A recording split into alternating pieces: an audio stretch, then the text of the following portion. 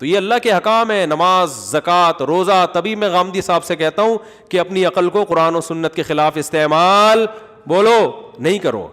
خدا نے کہہ دیا سفر میں اور مرض میں روزہ چھوڑ سکتے ہو، ٹھیک ہے، اس کے علاوہ اللہ نے اجازت نہیں دی. کل آپ کا پیپر ہے تو اللہ نے آپ کو رمضان کا روزہ چھوڑنے کی اجازت نہیں دی، چاہے آپ ترقی میں پیچھے ہی رہ جائیں.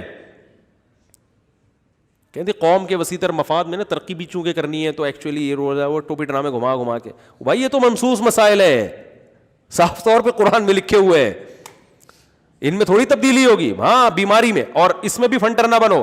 بیمار کو جب اللہ نے چھوڑنے کی اجازت دی ہے تو کوئی بیمار اگر چھوڑ دے تو پھر زیادہ فنٹر وہاں بھی نہ بنو کہ کیوں چھوڑ رہا ہے.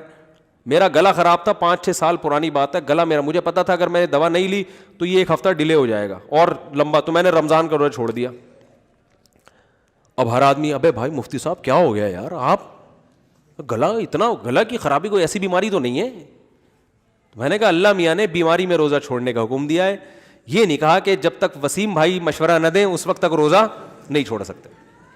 اور بیماری میں فقہاء نے جو تفصیل بیان کی، بیماری کے بڑھنے کا اندیشہ، میں نے کہا میں اگر 1 دن پرہیز کر لوں گا تو پورے باقی سارے روزے رکھ لوں گا، اور اگر 1 دن میں نے دوا نہیں کھائی پابندی سے تو یہ بیماری لمبی چلی جائے گی. تو جب اللہ اجازت دے رہا ہے تو کیوں فنڈر بننے کی کوشش کر رہے ہو؟